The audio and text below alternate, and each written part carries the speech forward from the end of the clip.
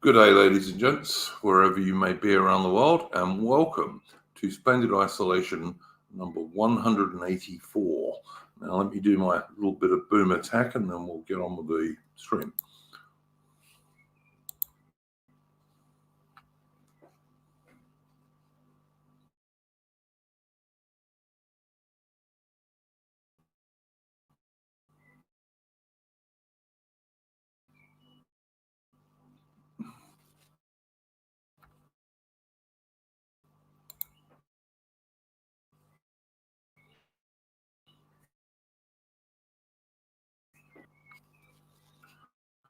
Okay, good evening, people, as I say.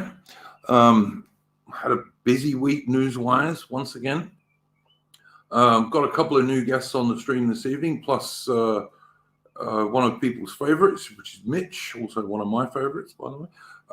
Liquid Swan is a Canadian chap, and I have actually streamed with him before, but a long time ago. And Aaron Hook with the splendid Lord Salisbury avatar is a new chap in my Discord who's been in the chat quite frequently before and seems to be a good guy. Good evening, gents. How are you all doing this evening? Fantastic. Quite right. Cool bananas. Could I just suggest, Aaron and Liquid, if you can make your sound a little bit louder, that would be good. We'll work on that. Okay. I'm going to do what I usually do and ask people if they have a first subject. And because he's a regular on the stream, I'm going to ask Mitch first if he's not busy at the moment. Mitch, did you have a first subject you wanted to bring up this evening? I'm allowed to talk about the elephant regarding the guy in my avatar for this week in terms of the acceleration going on this week. Yeah, I definitely I want to talk about two-tier policing, two-tier care this evening. So yeah, absolutely, Mitch, go take it away, mate. Well, I mean, why is it? Where can you start? Because Keir Starmer is stupid enough to declare war on Elon Musk, who was a very Anglophile guy. He's a South African of Anglo heritage, and and now it's just a case of you've got all these Americans. I mean, I don't like a lot of these Americans, but I have to admit they're doing this good work in the sense that they're all just mocking our government for how Stalinist they are approaching all this, especially when they're locking up guys for posting tweets that got like not even 1,000 views prior to being screenshotted and sent to the police. So Starmer's going heavily Bolshevik mode and all this. And on one hand, it's a good grace in the sense that there's no centralized leadership unlike in America where you got Trump, I suppose. I mean, my current views on Trump aside, at least with our side, there's no centralized leadership. I suppose you got Farage, but he's not really on our wavelength fully. Because I mean, he's largely. I think Farage has been doing pretty well, Mitch. I think Farage has been doing pretty well with what he's saying publicly. We'll talk about that a bit more later. But yeah, Farage hasn't been doing too badly from our point of view. So long as he sticks to this mass immigration must end now thing, he's going to have my support, I tell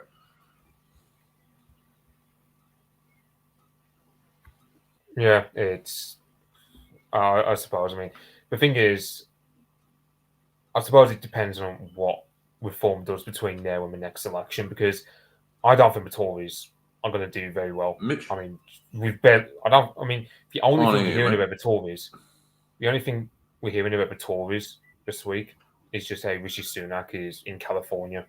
And that's the only newsworthy thing coming out of the Tory party this week.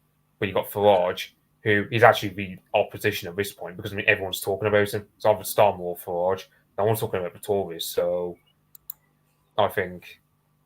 But it's also the way things are polarizing. I hate to sound like a boomer on this, but it's similar to an environment you had in like 1936 Spain before. Well, perhaps not 1936, but you get the point. Like the atmosphere of polarization, both sides hating each other. Like the left are rabid because they just have no impulse control. I was expecting this level of lack of impulse control to happen like 10 years from now when the more millennial and Zoomer leftists take over after the boomers are beginning to like die off. However, Starmer is in fact a boomer. So it's happening now. Yeah, don't disagree, man. Don't disagree at all. Yeah, I mean, and the idea that all of these protesters in Britain are far right, in air quotes, is just crazy, frankly. They're just average working class people who've had enough, as far as I'm concerned. Yeah, they're just sensible. We're mostly all sensible centrists, really, and they're sort of like insane ideologues. The left, yeah, absolutely liquid. I totally agree, mate. Yeah, yep. What's your One thing opinion? they hate Carry on. the middle. Sorry, the middle class. They absolutely hate the working class in the UK. And in Canada, we don't have this. We have a different sort of I don't want to say class system. Like it's a little bit different, but we don't have Yep. this like business class hates the workers to death. Like the amount of vitriol I hear from the middle class in the UK towards the working class is borderline Rwandan genocide level. I don't know if we can go much closer before it becomes like an actual like. Luckily, the middle class is so like pathetically weak physically that they can't possibly eliminate the working class. But they're going to do everything they can to stomp on their face with a boot, and they won't stop, and they haven't stopped all this time. Think about it. From the 1980s, when they shut down all the coal mining and stuff like that. Like, that was all basically to punish the working class for putting the country in a state of like crisis in order to get like decent wages or whatever. And I'm not like a lefty crazy guy, but I come from a working class background in Canada, and I can't help but think that all the stuff that's been plaguing the UK is this sort of underground class war with the middle class against the workers.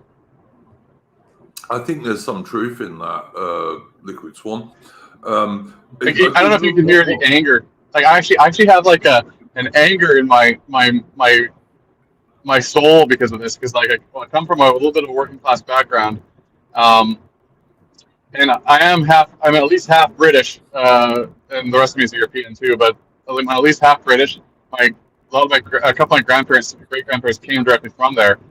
And I just can't.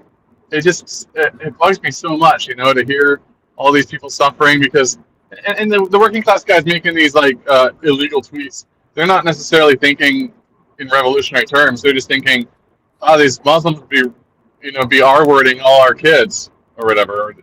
No, absolutely, Liquid Swan. You're right, and one of the differences, and I lived in South Africa for 15 years. And I've lived in Australia for 24 years now, okay? But I'm an Englishman. And one of the differences you do find when you go to the colonies, in air quotes, is that some of the best of the British working class people left Britain in the 19th century and they went out into the empire. They went to Canada, they went to Australia, they went to New Zealand, they went to South Africa. And there is definitely some truth in what you say there. Because Adam, he is a Canadian. He is a Canadian, Adam. But yeah, there is definitely this difference in all of those old Commonwealth countries like Canada, Australia, New Zealand, and back in the day, South Africa.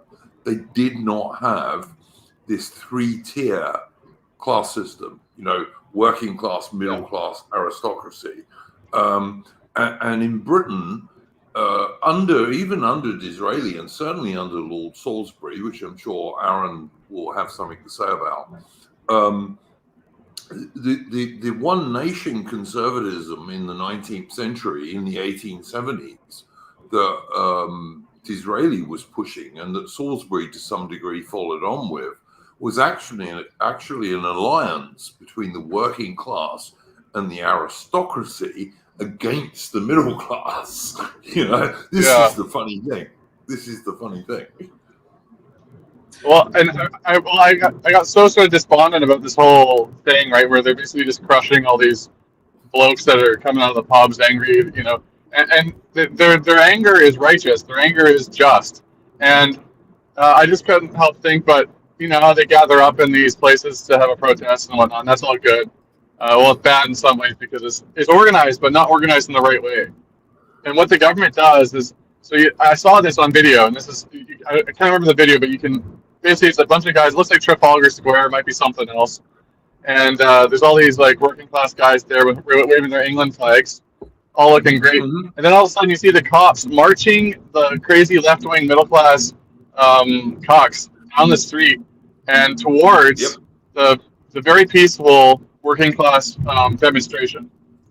And you see them coming, and basically it creates like this wedge formation that because the working class people see these guys coming, and the middle class types are saying, literally yelling shame, like you're yelling at Cersei in Game of Thrones, and obviously they react.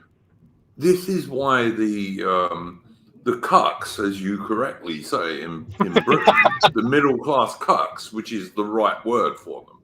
This is why they call the working class protesters gammon and all these other insulting terms, because all they want is Britain to remain British and for their little daughters and sons not to be raped and blown up. That's all they want, or stabbed. That's all. Think of that term, and think of that term gammon too. What it reminds me of is Rwanda, when they're chopping up the people's arms and like literally making gammon out of the people. Like there's so much language around this whole thing that's like totally like genocidal. I totally agree. That's how the British should be reacting to this. They should be reacting like this, total genocide. I have always got on well with British descent people who lived in old Commonwealth countries, like South Africa, like Australia, like Canada, or New Zealand. I've always got on with those guys pretty well, for the simple reason that they just won't stand for that shit. They just won't. Because, the British guys who left Britain in the 19th century were some of the best people. They were the people who wanted to go to a frontier. They wanted to go to a frontier and build a new life and a better life for their families. And I think you've got to look at that. It's a true story.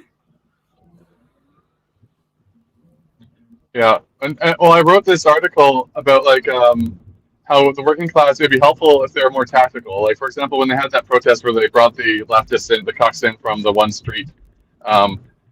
Working class people, if they had a little bit of organization, which is hard to do, honestly, you get like, say, 50 guys that are having in their mind to do this, and they go down a side street and they just kind of act nonchalant. They're not involved in the protest. When they see the cucks coming, they do like a wedge formation, like from the side, and then they can cause chaos in the ranks of the middle class cuck squad. Except, of course, Liquid Swan. No one on this channel supports any form of violence, of course. I do in Canada. So I know in UK you can't do violence, but in Canada I support T. I won't say it. Yeah, exactly. You got to be careful. This is not a free speech platform. Okay, so we have to remember that. Liquid Swan. I support non-violence against the middle class. Absolutely. Me too. I support non-violence against.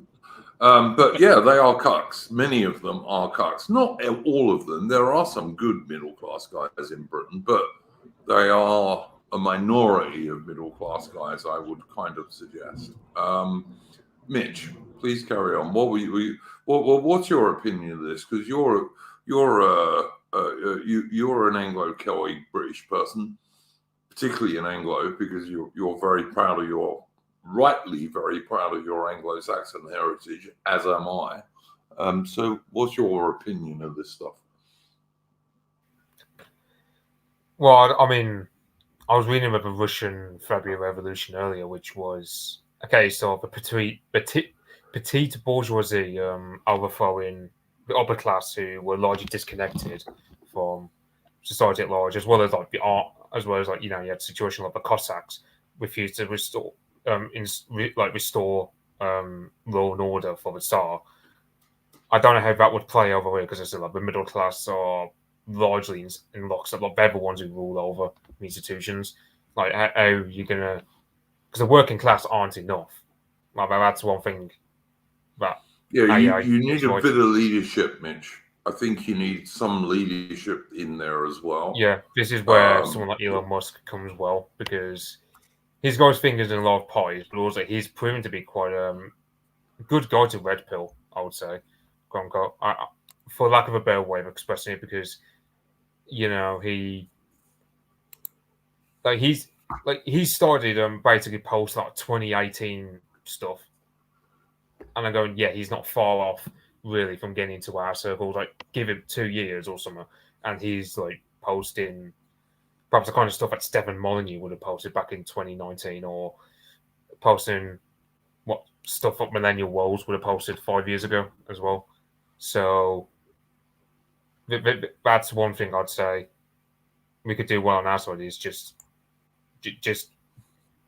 bringing up loads of material for Elon Musk to view to just tell him how bad things really are. Like the two-tier policing, for example, is such an open goal for us because, of course, I don't. I mean, of course, I don't like the phrase British values, but if there's one British value that is actually true, it's fairness. Like that's one thing. 100%. That's one thing that offends us is a sense of unfairness. Like everyone likes a fair crack of a whip, but we've got a situation where we don't have that. It's the Muslims get to have machetes, but if a working class guy holds a brick in his hand, he gets 15 police, whether they be like potatoes or women or whatever, launched at them. Well, I mean, not even a brick in his hand, Mitch. I mean, he makes a tweet that someone doesn't like. It's like, the Muslims can have machetes and clubs and knives and hammers and anything else they like under two-tier care, but a British person can just make a tweet that people don't like, and as you rightly say, 15 cops, many of whom are midget women, will arrive at his house. Yeah, I mean, you'll have like 10 police officers at your door, 7 of them women, 2 of them look like potatoes rather than men, and then you get the 10th guy who actually is a fit bloke, or they need him because they need to kick in your door because the women can't use a battering ram either, so they're going to have to get. No, totally true. So that one fit and healthy young bloke, relatively young anyway, below the age of 40, has to be there as a means of actually kicking down the door because that's the only time white men are allowed in the police force. I'd just like to point out something that Aubrey says in the chat here. That she's talking about American truckers when they went on strike, and I want to ask Liquid Swan about this because this is one of the more notorious events in Canada recently. During the lockdown protests, it was Canadian truckers who took a big lead in some of this, and the Canadian government, under that absolute cuck Trudeau, they raided their bank accounts. They've arrested them. They put some of them in prison. What's going on there, Liquid Swan? I got to meet Tamara Leach and Chris Barber at this conference that was in my city a couple months ago, back in June. Mm-hmm. And they're still being prosecuted. Like they have I think Ottawa Residents Association is trying to sue them for $300 billion or something like that. Like this, like some ridiculous, I don't even want to call that, lawfare. But I mean, the spirit of the truckers, what they did was still like in everyone's mind, and I think it really did scare the middle class and the cuck leadership class. One of the problems though with the working class people, I think, and this came out in the truckers' protest, is that they're so reasonable. The truckers, the Yeah. workers, were so reasonable. We're not willing. We don't want to resort to violence. But the middle class, they're so pernicious. They're so brutal that like they would. I mean, these are the guys that lead killing babies and stuff like that, right? So I'm not expecting them to be reasonable. But I wonder if we were as unreasonable as these communities, as these foreign entities that are acting as fifth columns in our societies, along with these sort of like hucksters. I wonder if the violence would stop. Because I remember at one point I got sort of doxxed, and they were starting to cancel me back in probably 2018, something like that. And I had people calling my work, calling my ex-wife, and trying to get information. But then what I did was I used the powers of 4chan, and suddenly all these pizzas started being delivered at these guys' houses that were attacking me. And then the cops got involved.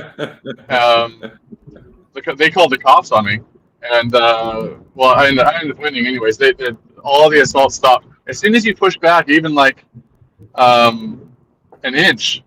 They get scared of shit and they shut it all. They shut it down. Like it's like it's like that the rabbi with the radio. Much truth, much truth. Aaron, what's your opinion on some of this? Because I know you're into your 19th century British history and One Nation Toryism, which, as I said earlier, was actually an alliance between the aristocracy and the working class, trying to cut out the middle class to some degree. What's your thoughts on this stuff? In the short term, I don't think it's optimistic, but in the long term, I am. And by what I mean in the short term is that a lot of innocent people are going to get put in prison and will get custodial sentences for doing, frankly, nothing wrong. And I mean for people who are just posting stuff online. But in the long term, I'm optimistic because everything we're seeing, and I would say that with what we've been seeing since 2016, sort of simultaneously with Brexit and Trump, is the people in power are panicking. They're pulling the levers on the machine of government, trying to get to work to do something to stop what's going on, and they can't. And the stuff that I've seen Farage and the Reform MPs coming out with, I'm reasonably also sort of adding to that optimism because they are clearly coming out sort of criticising the two-tier policing. But that is allowing the sort of move on immigration to go further right. And I think at some point soon, we're going to see Reform getting to the position that yourself and Mitch and me, and I think I'm probably right saying Liquid Swan hold on immigration, even if Farage and Tice don't want it to, just by sort of the movement of reform itself from the ground up, as it were. Totally agree, mate. Totally agree. Mitch, what's your thoughts about this stuff, mate? Yeah, I'm pretty much echoing myself. Like, I think in the short to medium term, it's going to get things are going to accelerate, and yeah, we're going to get bad. However, I can't remember. Yeah, Sultan Mush over on Twitter, he said the regime has been panicking since 2016 with the Brexit. But I can agree with that. Like, they're pushing it. Even some of the more fake populist, like Boris Johnson. Like, Boris Johnson was probably like I could hate him very strongly, but the fact that they pushed him out for quite BS reasons kind of tells you the regime is panicking. Like, they don't even want to have any association with the dirty working class who voted Brexit. But they're also stuck in a bind because on one hand, what can we do? I mean, so you got the Tory party, they're doubling down on what destroyed them to begin with, like a one nation consensus that Cameron enshrined. But at the same time, I mean, you got Reform, who I think Reform is going to supplant the Tories by the next election, at the very least, if not, if they could become a next government. But I don't know how feasible that could be because you got to think, on one hand, sure, the Labour Party, they've got legitimacy crisis because they're sitting on less organic support than what Saddam Hussein had. Well, 9 million votes is not enough to have the majority that they have in the British Parliament. Yeah, that's 20% of the voting public, which you got to think Saddam Hussein could count upon like a quarter of the Iraqi population to support him at any given point. So Keir Starmer is less popular in this country than Saddam Hussein at the height of it, in the height of the 90s, sanctions and whatnot in Iraq. 100%. That's kind of how bad things are for the Labour Party. So, yeah, on one hand, there's a legitimacy crisis, and on one hand, like they can afford to sit above that for a given time, but it's like the Soviet Union. After Brezhnev's era of stagnation, as well as Andropov and Chernenko dropping off and dying, you just have this legitimacy crisis where, especially after Chernobyl, where the system just didn't know what to do. I don't know how feasible it is to compare Britain under Starmer to the Soviet Union, but I mean, there are a lot of hallmarkers to be noticeable. The only thing we have to await is what's a counter elite going to look like, because of course you got Farage. You remember, was it 2018 or 2019 when you had that viral video of like army soldiers like shooting portraits of Jeremy Corbyn? Can't remember, Yeah.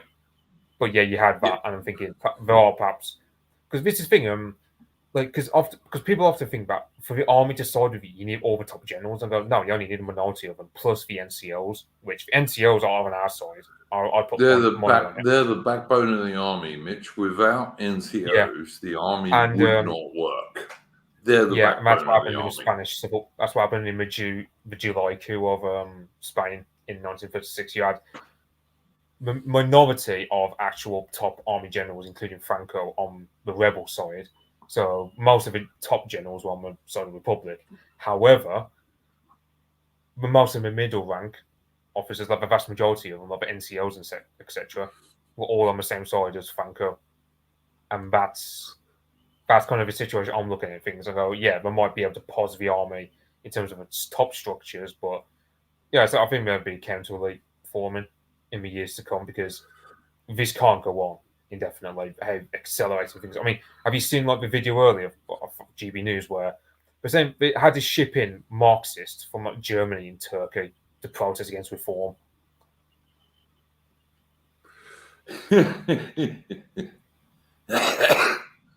Okay, that's going to go down well. Yeah. I think, Mitch, you're right. And Liquid Swan and Aaron Hook said the same thing, that you need to have some real leadership on the British Anglo-Celtic working class side, which they haven't totally got yet. You have people like Tommy Robinson, who I have issues with. Okay, Tommy Robinson, if you look at his story, and like most of us probably have on the panel here, and probably most of the people in the chat, there's quite a lot of Zionist funding, rebel news, which Liquid Swan will know about as a Canadian, which is a fairly Zionist kind of channel. Those guys have given Tommy Robinson rather too much help for my liking. There was also, like, I don't know, cocaine and so on going on. And if you look at Tommy Robinson when he was involved with people like Lauren Southern, another Canadian, there was most certainly some dodgy shit going on. And Lauren Southern ended up marrying, I believe, some federal Australian person, like a Australian federal police person or something like that, anyway. And then you had her gay cameraman, etc., who were all involved in like bullshit, basically. I mean, bullshit from our point of view. You know, we would have all turned around and said, nah, something wrong is going on here, Lauren. You know, but all right, Lauren was like a pretty cute blonde girl, and that was all it really was, you know. But Tommy Robinson, which is, you know, not his real name, but that was who he was involved with. So I'm very dubious about Tommy Robinson, and I think Carl Benjamin, you know, from the Lotus Eaters, was unwise to get involved with that guy. But that's just me. And you know, Carl Benjamin is basically still a liberal, and I haven't been a liberal for a long, long time. So yeah, you guys carry on. I'll just say like a quick point, and then I'll pass it over to whoever wants to take after. I reckon Tommy is working with state at this point because he's trying to cause a lot of crap between his movement and Farage at a time when we really can't afford it. Because of course, why would Farage want Tommy Robinson and Sargon in his movement? Why would he? I mean, Sargon is UKIP rape joke man, and he's cargo you don't want. And then you've got Tommy Robinson, who's also a retard who does drugs as well as gets himself locked up so many times that he's pretty much a grift at this point by rebel media. So I reckon if he's not outwardly working for the security service, he's just like he's conveniently doing something that screws over the right anyway. So I'd say to people, don't pay Tommy any attention. Like just focus on Farage for the time being.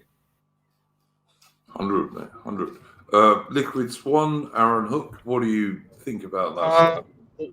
Well, I met Lauren Southern at the event I was at back in June, and I took it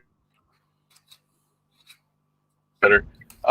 She married an Australian federal agent, and I don't know what the fuck she was thinking, to be honest. Like, it's pardon my French, but she talked about that at the event, and basically said like it was she excused it as being kind of young and dumb. I don't know if that necessarily excuses it, but if you ever heard her story about working for Rebel News and stuff, that gave me a really bad taste in my mouth about Rebel News too, because I mean, obviously they're Zionist, but their biggest supporters are evangelical Christians, and they have this weird obsession with Israel. So that's really the power behind it. I mean, they have obviously there's a tiny hat at the top, but it's all evangelical Christians all the way down. As for Tommy, I used to kind of be a big Tommy guy because I just heard about, obviously I'm against R wording, English girls and stuff like that, and he was pushing against that. But what bugged me about him is he started basically he was like an e-beggar, and I was kind of like, well, he's e-begging all the time. You're never getting any action or solutions, and I think that's one of the things that makes him containment, is that he doesn't actually push towards a real solution. He kind of pushes towards what seems like this chaos that's happening right now. But really what you'd want, if Tommy was really good, what you'd want to see from him is organization and action. Like I'm not advocating for violence, but the only solution, and I'm not advocating for violence, just so we're clear, the only solution to solving this issue where the middle class abuses and completely dominates the working class is for the working class to stop being so reasonable with them. They need to be completely unreasonable. They need to let their emotions fly like a free bird. But right now they're all worried about being put in jail. Well, guess what? They're all going to be in jail. It's going to be an open air prison camp soon. So something's got to give. Well, I mean, if two-tier care, if Sir Keir Starmer, the British Prime Minister, gets his way, Britain will basically become an open prison camp. That's what he wants. Yeah, that's true. Aaron Hook, your opinion? Right back to the EDL days, I was never a particular fan of Tommy Robinson. It always seemed to me that he was given license to louts fight in the streets, the way that he was acting. I don't think he's in the pay of the security services, purely because I don't think he'd be competent enough for them to employ him. I think this is him doing it on his own, and I'm not sure if it was Liquid or Mitch who mentioned it, that he has no solutions. He's just shouting, and that's it. And so, what he's been doing in the past, or what he's been up to in the past couple of weeks, this hasn't changed my impression of him at all. Yeah, I just think, look, when you see a Tommy Robinson demonstration, okay, I've got no objection whatsoever to anyone who is waving. Can you guys hear me? Yeah, we can hear you, but No, I it have is no always- objection. I can hear you anyway. I have no objection to people waving English flags, Union flags, Scottish flags, Welsh flags, Northern Irish flags, Isle of Man flags, Cornish flags, you name it. I've got no objection to any of those people whatsoever. But I don't know why you have to have Israeli flags in British demonstrations. I don't understand that.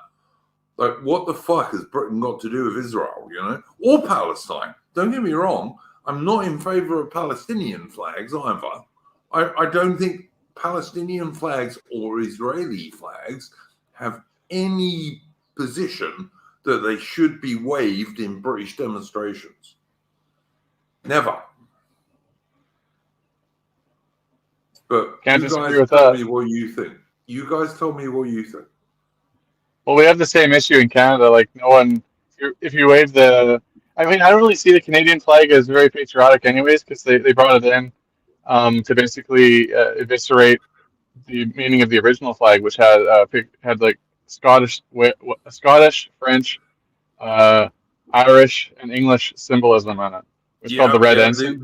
You mean the old Canadian red ensign? Most Yeah. patriotic Canadians I know still like that flag. Yeah, and then, like that's the flag my grandfather fought under in the Netherlands. You know, for what that's worth. That's the flag of our. That's the real flag of our country. The leaf flag is like a corporate nonsense flag that doesn't have any like. For example, right on the East Coast, there's like maple trees and stuff in Quebec, and there's maple trees that otherwise that don't produce. But in the West Coast, there's not really maple trees. Like there's no reference. Like we could use an oak tree here or a pine tree. It has no relevance at all. So like the flag is very, very, very East Coast corporate. That's all I think when I see it. And it's funny is like sorry just continue on this just for a sec here. In school, my oldest daughter, who's almost 18, back in kindergarten, I think, or grade one, everyone in the class made like a flag of where they're from, or their flag of their ancestors or whatever. So Swan is a Scottish origin name, so she went with Scottish, and we drove through the Scottish flag, right? Thinking everyone would do something like that. All the brown people chose the Canadian flag, and all the non-brown people chose their various, like, you know, Polish or Russian or English or whatever. And I just thought that was really funny. Alabaster in the chat is saying Endeavour uses the old Canadian red ensign flag, which, as you rightly say, commemorates the original settlers of Canada, you know, which is basically Brits and French people, really. I mean, that's Canada, you know. Yeah, that's totally true. But yeah, most patriotic Canadians I know, they like the old red ensign flag, and they don't particularly like the maple leaf flag because, as you rightly say, it doesn't stand for very much, really. It was, and getting rid of the old flag was deliberate. It was done deliberately to, like, deprive Canadians of their heritage, basically. And it was done during the '60s when they were bringing in all these immigrants too. And also they changed our anthem. Our anthem used to be "God Save the King," and then they changed it to this "Oh Canada." And so there's a French version of this song, which for the French version is actually pretty epic. But then you go to the English version, and it's like totally soy. And and then to make things worse, you used to have phrases like "In all thy sons' command," which makes grammatical sense. It references the veterans of the war because obviously it's men that go and fight and die. And then they changed it to an all of us command, Yep. which one makes no grammatical sense, and two, it's just gay. It's just super gay. Like no one, I don't even sing it. I hear the national anthem at the hockey game. I don't even sing it. I just keep my mouth closed and think of England. Yep, totally agree with you, man. Totally agree with you. In Australia, for example, there have been various efforts to change the flag because many people don't like the Union Jack in one corner of it, and the reason it never happens or hasn't happened so far is purely because Australian military veterans wouldn't stand for them changing it. But of course, there are fewer and fewer of those people still alive. So, Yeah, we're getting unfortunately, as the boomers age, there's some, I don't want to say benefits to it because we get to sort of move on, but there's also this, what's going to replace it? It's going to be like middle class, overeducated college cocks. It's just, I hate to use that word all the time, but I don't know what else to call them. I Really don't know what else match. to call these people but cucks, mate, honestly, because they're cucks. They are. There is no other word to use for them. They're cucks. Well, there are more like there are worse terms I could use, but I don't think I'd rather just use cock because it's nice and clean. like a CO. Anyway, I won't go there. All right. We've got somebody in the chat who's saying, hang on, please no more World War I talk. I'm sure he means World War II, but because I don't think he means World War One. Although World War One was the start of our demise, absolutely it was.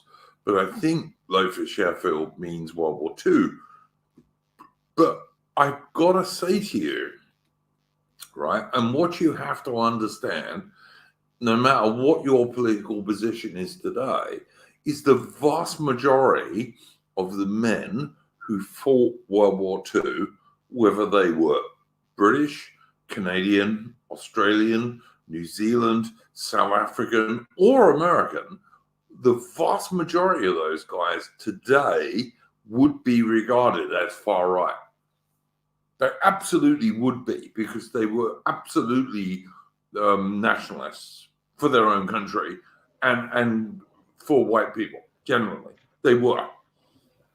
Oh, 100%. You've got to understand that. Or if you don't, you won't understand what has gone on since 1945.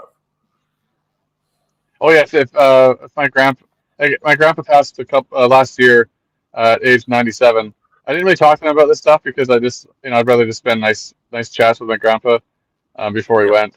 But at the same time, if he could have understood what was happening, he would have thought it was absolutely bogus. Yeah, 100%. 100%. He would have taken up arms. I used to have a French Canadian mate when I lived in England. I had a French Canadian mate, Quebecois, I think that's how you pronounce it in Canada. And he had this beautiful 1940s Citroen car with running boards and all this stuff. And like his dad went across on D-Day, in a French Canadian regiment. But the idea that he was not totally a Canadian nationalist, he was. He was a total Canadian nationalist, but he was a French Canadian. Well, if I remember back in 2002, there's a hockey player, a really famous, really great hockey player, one of the best of all time, named Mario Lemieux, and obviously that's a French name, right? And his family goes all the way back to the beginning, I believe. And there was this talk of making Quebec have its own hockey team on the international ice hockey circuit or whatever, and he thought that was ridiculous. Because French Canadians see themselves as Canadian. There is talk about getting rid of Quebec leaving the country, But really, if they did that, they would still consider themselves a Canadian, not just Quebec right? So, Yeah. yeah. But and really, that is mostly like, I think they mostly just do that so they can get extra funding from the feds, and the feds are happy to give it to them because then they get extra support. There's sort of like these four groups in Canada. There's the Maritimes, who are a client of the Liberals. The Liberals and Conservatives are sort of like the Laurentians, which are sort of like the Southern Ontario. And then you have the Conservatives also have another sphere in the West, and that's like the resource extracting guys. And then you have the Quebecois. So there's sort of four main parts of, and BC, the West Coast where I live, that's sort of its own like weird thing where they kind of cuck to the Liberals sometimes, and then they don't get anything out of it because no one cares about the West like at all. So Yeah, no, I generally get the impression that like the Canadian Midwest is pretty conservative. I oh I yeah, get the like my impression a lot of Americans. the Like my cities grandma came in from Oregon. Canada's west, the cities in Canada's west tend to be a bit liberal, but not the countryside. And that's the impression I get. It's like the Canadians who live in the prairies are pretty right wing guys, for the most part. Well, if you go to like Alberta and Saskatchewan, they will usually almost like when they do votes, it's almost all conservative MLAs or MPs. When you get to Manitoba, it starts changing because they sort of have like they have like a large Métis population, which is like French, whites, and natives, and so they kind of have like more of a mixed up system, but they're generally pretty conservative. And then when you get to BC, you got all these hippies and stuff that live in the big cities. But if you go to Edmonton, for example, Edmonton is mostly conservative, but there's a large cohort of like what we call socialists there. And then you have Calgary, which is more of a right wing city. Like Calgary is like one of the only right wing cities I can think of. You have a huge rodeo that goes on in Calgary, don't you, every year, I believe. Yeah, the Calgary Stampede. Yeah. Yeah, cool, Liquid. So I'm cool. Mitch and Aaron Hook, what do you guys think about the stuff that we're talking about at the moment? I mean, I don't really know much about Canada. I mean, from like overview, going off what Canadians are saying, sort of basically Vancouver is basically Shanghai at this point, going off the Chinese who own the place. Ontario, in terms of like the was it like is it like a triangle or something like goes on like because you got the that sort of urban conurbation that goes like Ottawa and Toronto, where it's just overrun with immigrants. I don't know about Quebec because I mean apparently Quebec is a lot further behind because they've got a lot more sway. Newfoundland is pretty much homogenous, but they always vote Liberal because they get more money off the state when the Liberals are around. And Alberta seems to be like that one state that always churns out right wingers, even if it's just like Stephen Harper types, even if it's just like guys like that, let alone let's say someone like Maxime Bernier, who I've heard apparently Maxime Bernier has been moving more to our side, but I don't know. I've got a Canadian, I guess I could call her a friend, who I often see in the chat when I'm on the Distributors channel, and she's a French Canadian. Okay, I'm very, very proud of her heritage, but she and not a young lady, by the way. And she absolutely is like, Canada's being destroyed by mass immigration, basically. Yeah, I've heard apparently like so when the Chinese were buying up huge areas of Vancouver, people weren't complaining about it too much because the Chinese weren't so bothersome in that way. Whereas because Canada, like the rest of the Anglosphere, is now in mass importing Indians, now it's a situation where the anti-immigration parties are getting a lot more support in Canada. I don't like you've got Maxime Bernier, who I mean he's basically like a libertarian, like kind of. I mean he'd be all right on the Lotus Eaters. I imagine like that's probably more his sort of position. And I I don't know where. I don't know if Canada's got anything further to the right than him in terms of like something akin to Homeland Party, but No, I mean, he's about it. yeah. I'm actually in that party myself. One of the first members. Yeah, I've heard he's becoming a lot more right wing over time, but I haven't seen him on my feed in a bit, so I'll defer to you on that one. He's growing a little bit more. To me, I think that's more just as time goes by, he sees more and more like the growing chaos that's resulting from this sort of liberal paradigm. But unfortunately, I don't think he'll be fast enough. But if he goes too fast, then he'll just get written off. So it's like the system's sort of set up for us to have this inevitability.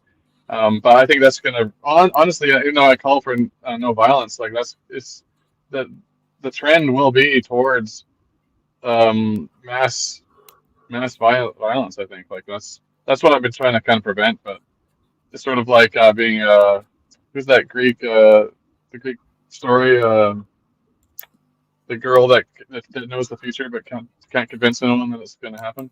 Cassandra. It feels a little bit like Cassandra. Cassandra, yeah, Cassandra. I would just point out Aubrey in the chat, who is a good friend of mine, who's a Northern American girl, and she used to be a cheerleader for ice hockey teams when she was a younger girl.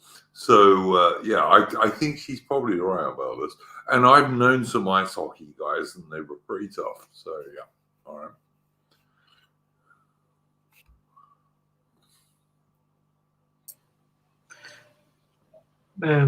Like I said, my knowledge of modern Canadian politics is not very. I haven't got much other than that. No, I don't know much other than that Trudeau is buggering things up, frankly. Well, we have two parties on the left that really. Well, there's the Green Party too, but they're more just like a sideshow. We have this thing called the NDP, the New Democratic Party, and they came out from Saskatchewan as the Canadian Commonwealth Federation, and they changed in 1988 to the NDP. And originally, the NDP was a working class party, and it made a lot of sense. It was run by this guy named Tommy Douglas, and he started advocating for public health care, which at the time was kind of a big deal. So the Liberals obviously stole that idea and ran on that, and now we have public health care. One of the problems with and public health care was actually it wasn't working too bad. But then over the last since Trudeau's been in, we brought in so many immigrants that like the healthcare system is just lineups everywhere. It's sort of like the NHS. And it's because we treat, as soon as the guy has residency or even temporary residency, they can get health care. And so like now we have all these Indians. It's just like you're swimming. Like, where I live, there's not as many of them. There's still quite a few.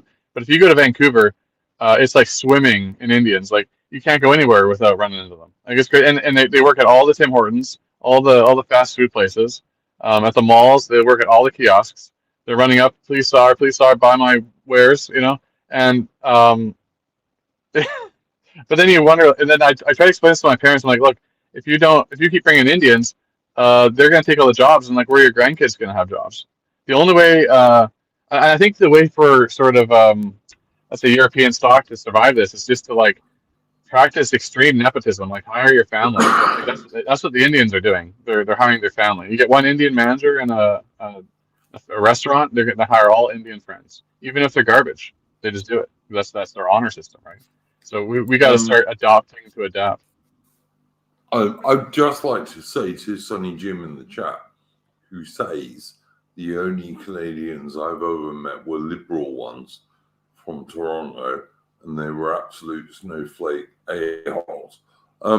Look, when I was in the SADF, which is the South African Defence Force, I had a mate who was a ex-Canadian Army guy in the SADF.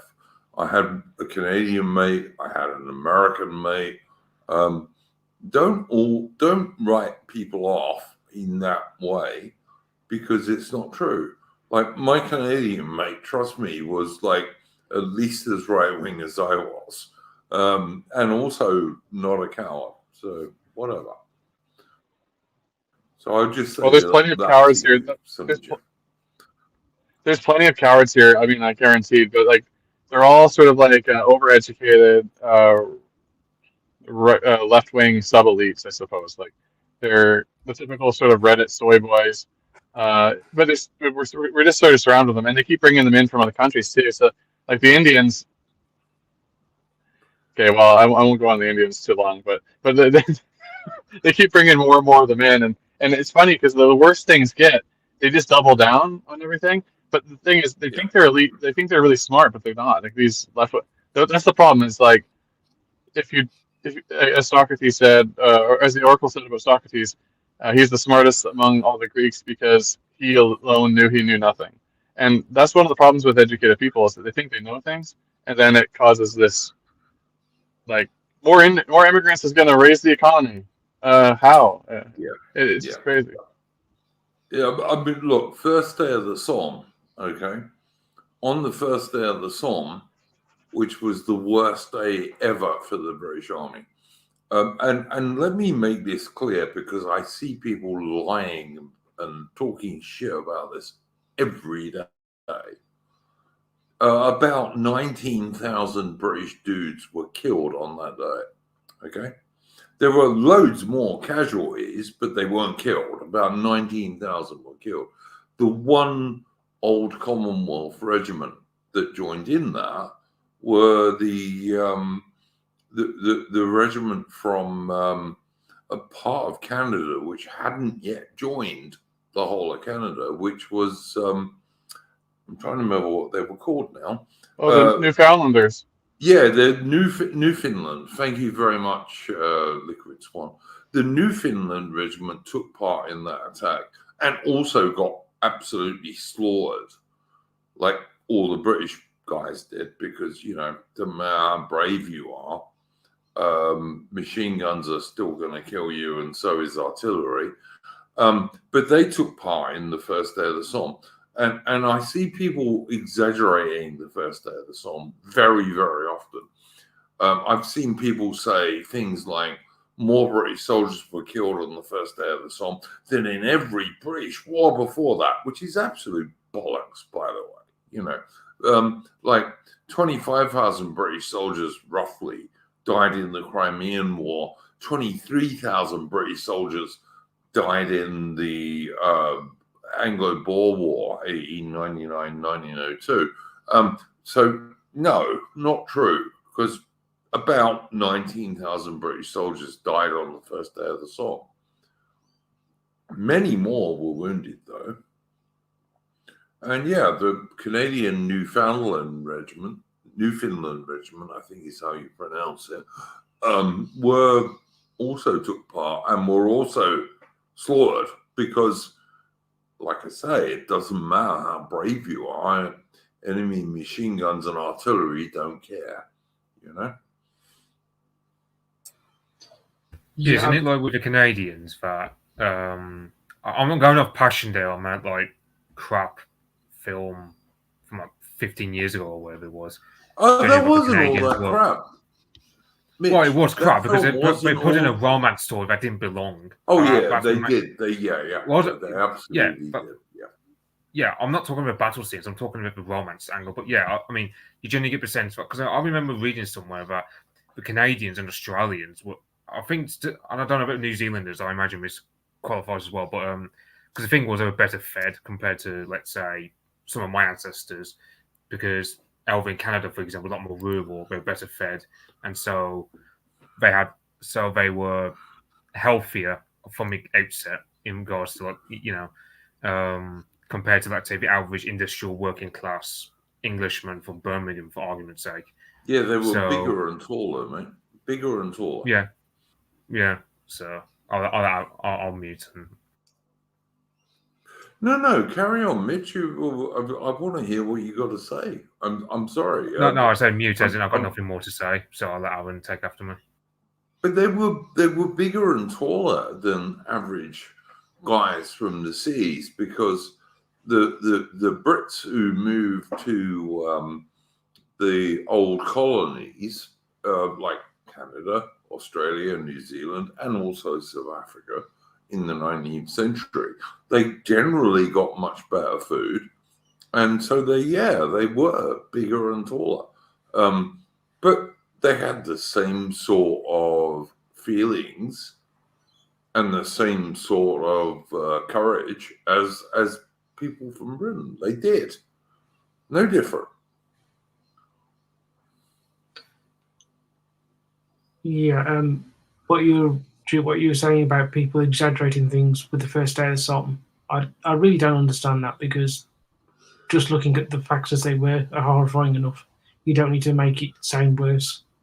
No, exactly, man. Exactly. It was terrible. It was the worst day for the British Army ever in history. And of course, the original sin of Britain and the old empire was joining World War One in 1914, and then even more than that, raising a mass army, which was against all British military tradition. We never did that. Look at the Napoleonic Wars or any other war you want to look at. We didn't do that. Yeah, and for example, just for people who want to know how horrifying it was, just look at the death and casualty results for the Ulster Division on the first day of the Somme. 100%, mate. 100%. remember Or any other British Yeah. division in that assault. Yeah, absolutely correct. 100% And correct. one thing that I do get, just to go slightly off, stay on World War One, but go slightly off the topic of the Somme. When, and you'll know this better than I do, Drew, when Australians particularly discuss Gallipoli, there's a very particular narrative, which, if I'll put this crudely, but I want to just make clear this is crude, that the Australians were essentially the only ones fighting there, other than the British. Yeah, it's bullshit. It's utter bullshit. But it's bullshit. 3 times more British guys were killed in Gallipoli than Australians, so it's just not true. All right, it's just not. Yeah. There were 3 times more British guys killed in Gallipoli than Australians or New Zealanders. So the idea that somehow the Australians were sacrificed, which I think comes from Irish Australians, really, didn't happen. It was just a lie. Yeah, and in particular, it was Rupert Murdoch's father, Sir Keith Murdoch, who the way he reported things when he was there, that really sort of helped build that myth, for everything I can tell. I mean, don't get me wrong, the Australians were incredibly brave at Gallipoli. They were, and they weren't all that well trained when they arrived there either, which makes them even braver because they hadn't had that period of training. But 3 times more British people died at Gallipoli than Australians did. Actually, I think it was more like almost 4 times as many British people died at Gallipoli than Australians. So the idea that somehow or other Britain was evil to the Aussies at Gallipoli is just bullshit, basically. Yeah, and also the French rarely ever get mentioned, and I think they suffered at least possibly equally as the British, or maybe more so in casualties. No, mate, no. They lost far less guys than we did, but yeah. Okay. But it was the British campaign, so what a surprise, Someone saying, how many lives were breastplates have saved? Well, probably none, but all right. Sorry, carry on, mate. Mr. Duke, I have to go. The family needs me today for some labor. But it's been great to be on, and great chatting with you guys. Before you go, you have a good channel, and you've been doing some really good interviews lately with personalities from the right of center politics, basically. Would you like to tell people about your channel before you go? Oh, sure, yeah, I'll drop there. So if you want to find my channel, it's @LiquidSwan on YouTube. I'm also on Twitter. I'm the same. I'll probably be posting the links to those interviews there as well. I also have a Substack. It's liquidswan.substack.com, and I actually published a book recently on Amazon called Essays on the Western Decline. So if you're interested, you can get a nice book. I put a nice cover on the hardcover anyways. So, but again, thanks for having me Liquid on. Swan is worth following. Later on, I will put a link to your YouTube channel in the description or one of the comments under the channel. But yeah, check out Liquid Swan. He's been doing some really good interviews lately. I've watched 3 or 4 of them, and they've been quite good. So yeah, check it out. That's high praise. That's high praise coming from you, my friend. No, absolutely. You're welcome, mate. Thank you very much for joining us this evening. Thank you. Sorry to be short. I would love to stay longer, but family calls. So Always. cheers, Always. cheers, boys. Family first. Thanks for joining us, mate. Have a good one. Go on. Aaron, did you have anything you wanted to bring up this evening as a first topic? Well, I do have one thing. It's not particularly big, but it's just that you might have seen this. Northern Variants, the account on Twitter run by Pete North. And he quote tweeted Rupert Lowe, the Reform MP, and Rupert Lowe was sort of pointing out that he'd helped get a swimming bath set up in his constituency, and Pete North was saying, "Oh, this is not what you should be doing." And I just thought, no, that's exactly what it should be doing. That's going to get reform sort of dug in at a local level, and that's exactly the sort of thing reform should be doing. And that Pete North didn't think that, I found frankly odd. Yeah, seems reasonable to me. Mitch, what are you writing, man?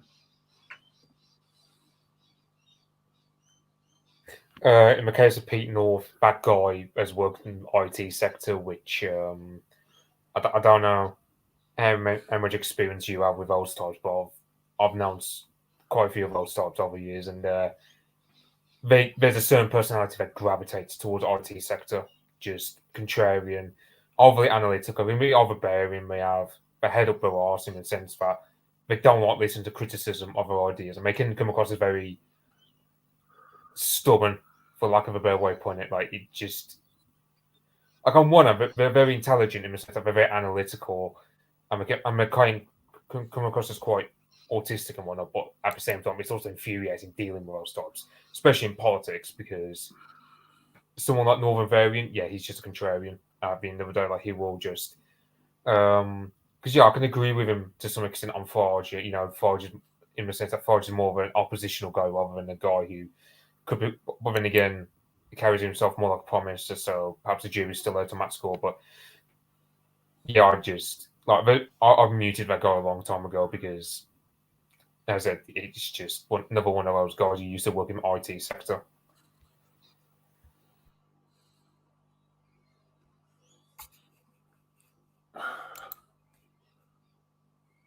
Someone's asking, what is Cajun food? I kind of like Cajun food, actually. It tends to be spicy, which I like, probably because I'm a smoker. But also a lot of seafood in Cajun food. Things like gumbo and what have you, which is, yeah, nice. I've had quite a lot of that stuff. It's pretty good. Sorry.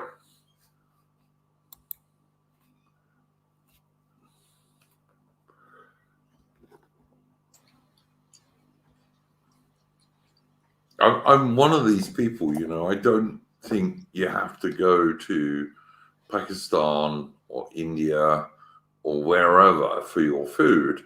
You know what? I can look up a recipe and I can make it myself. My granddad, I beg your pardon, used to make brilliant curries, like really hot curries, by the way, which some people wouldn't like, but I do. But my granddad served in the British Army in India for years. So that's why he made good curries, You don't have to be like an Indian or a Pakistani to make good curries. And this idea that somehow we should accept our daughters being raped and our children being stabbed and blown to smithereens for diversity, in air quotes, just because of food is ridiculous. You do not need to be an Indian to make good curries. You don't. All right? That's my view, anyway. Well, I'd have to question the judgment of people who even like Indian food to begin with. Because, I mean, it's like, what's his name? Robin Cook, I think it was, who said, oh, no, oh, chicken tikka masala is a national dish. And I'm thinking, no, it isn't. But that kind of stuck. No, it's not a British national dish. No, absolutely. Yeah, I'll blame Robin Cook for that. Yeah, a British national dish would be fish and chips or bangers and mash or roast beef. They're British national dishes. Yeah, I don't. I mean, that's... You know, there are plenty of sins of what the Blairites did in the late 90s and 2000s. Probably 5 on that list is just them psyoping the idea that chicken tikka masala is a British meal or that it's our national meal. No, it's ridiculous. Mitch, it's ridiculous. A British national meal would be roast beef, number one. I'd say roast beef and roast potatoes with Yorkshire pudding and this sort of stuff. That would be the British national dish, which everyone from one end of the country to the other absolutely likes. And then you would have secondarily stuff like fish and chips and steak and kidney pie and things like bangers and mash. All of those are real British dishes. Absolutely. Yeah, someone's asking about did we invent curry? I don't know about curry because the first curry house in the world was opened in Britain like 1840, I think.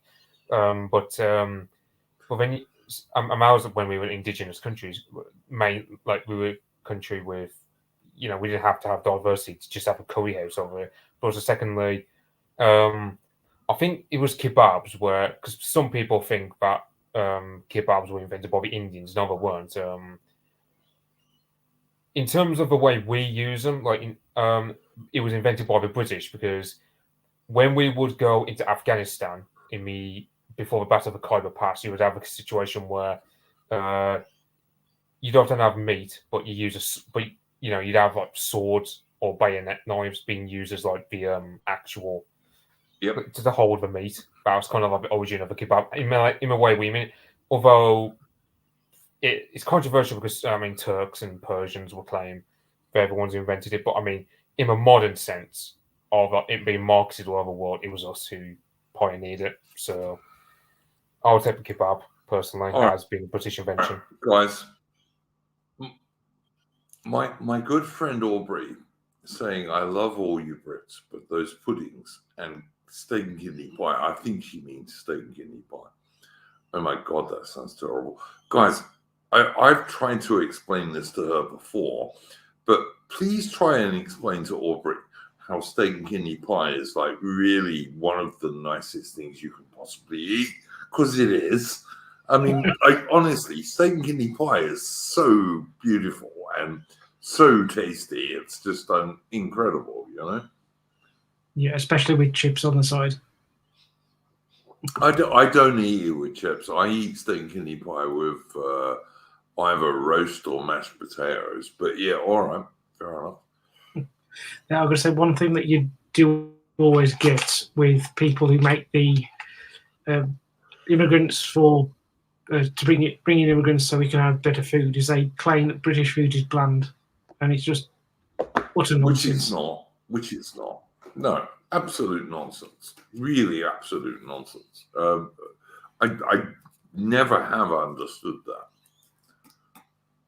But yeah, I mean, let's go with another British dish. Bacon and eggs, for God's sake. Like bacon and eggs, black pudding, tomatoes, baked beans, maybe. Although I can leave out the baked beans very easily, but yeah, a classic British breakfast. It's the best breakfast you can possibly have. There isn't a better one, you know. Yeah, and it's always strange when you hear Americans make their arguments, and then you ask them what they have for Sunday lunch, and then they tell you a roast dinner. You're thinking, exactly where do you think you got that from? Yep, exactly. A black pudding. Like although I'm a southerner, I love black pudding. I think it's great. Yeah. Which is, yeah, it's a very good thing to add to a bacon and egg breakfast for 100%.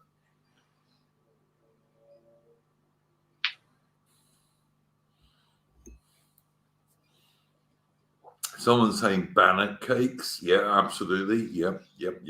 Yorkshire pudding, another great thing that is British food. The problem with British food used to be that some people overcooked it. And particularly, they used to overcook the vegetables. They did. But if you don't do that, British food is as good as any other food in the world, in my opinion, anyway. All I'm getting from this exchange is we need to open up a Greg's in Missouri for Aubrey or Wetherspoons. Yep, I think so. Yeah, I agree, Mitch. I agree. We should do that. We should. But honestly, I've got to get her a steak and kidney pie. She doesn't understand how delicious steak and kidney pies are. They're so great. Oh, I've just seen that she said black pudding is awful. Now, No, she said sounds awful. She's never eaten it, so she doesn't know. Yeah. She's never eaten it. She has no idea. But black pudding is great, honestly. I wouldn't have an English breakfast without black pudding. I wouldn't.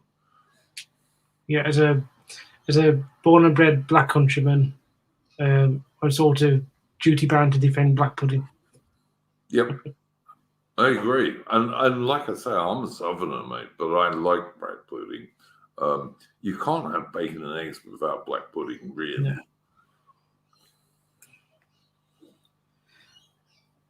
Actually, on you mentioned the overcooking of vegetables. I know exactly what you mean. I think it goes back to rationing during the Second World War, because I've got my two grandmothers. My paternal grandmother grew up before the Second World War, and my maternal grandmother grew up after the Second World War. And you can just see the difference in the cooking. That my paternal grandmother was a great cook. My maternal grandmother, who is still with us, put it this way: when she does gravy, you don't get it poured on your plate. You get it put on your plate in slices.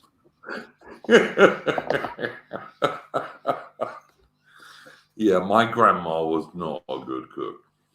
She really wasn't. My grandma was born in something like, because I'm an old bastard, my grandma was born in around 1912 or something like that, and she was not a good cook, I've got to say. She wasn't. Not at all. Like, if you could ruin food, my grandma would do it. But yeah, basic British food is actually pretty good, to be honest. If it's cooked properly, it's like everything, you know. Again, roast beef, roast potatoes, Yorkshire pudding. Explain to me how you get better food than that. I don't understand it, to be honest. And Brussels sprouts. I love Brussels sprouts, but you got to put nutmeg on them, because otherwise Brussels sprouts are only half what they should be, you know. It's that kind of stuff, you know. Yeah, I've never been a fan of Brussels sprouts, but cabbage, particularly salty cabbage, is a delicacy as far as I'm concerned. It is. It's okay, mate. I agree. But although, as I say, if you don't like Brussels sprouts, you have to try them. Like, when you've cooked them, you put butter in with them and nutmeg, and it totally changes Brussels sprouts. It really does.